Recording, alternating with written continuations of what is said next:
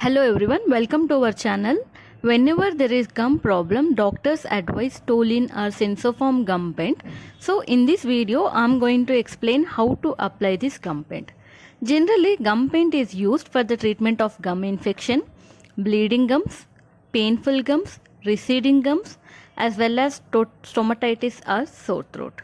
There are different types of gum paints, but most commonly doctors suggest Stoliin gum paint or Sensoform gum paint.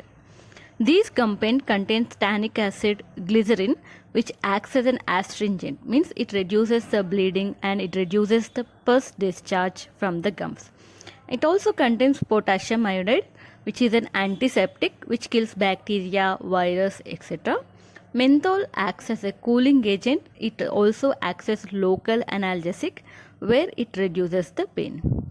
Thymol is an antiseptic. It reduces the risk of gum disease. And there are certain gum paints like gingisol where zinc sulfate is the main ingredient, which also helps to reduce the bleeding gums. Now we are going to see how to apply gum paint. Generally, gum paint is applied after brushing. We should take only 1 to 2 drops and we should apply with index finger or cotton applicator.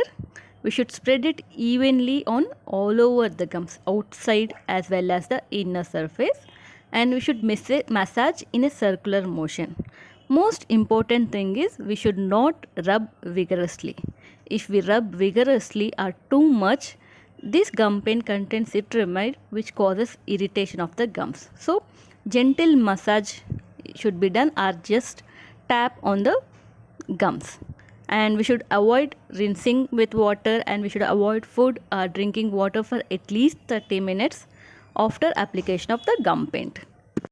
This is all about the Stoliin or Sensoform Gum Paint application. Hope you like the video. If you like the video, please share and subscribe our channel. Thank you.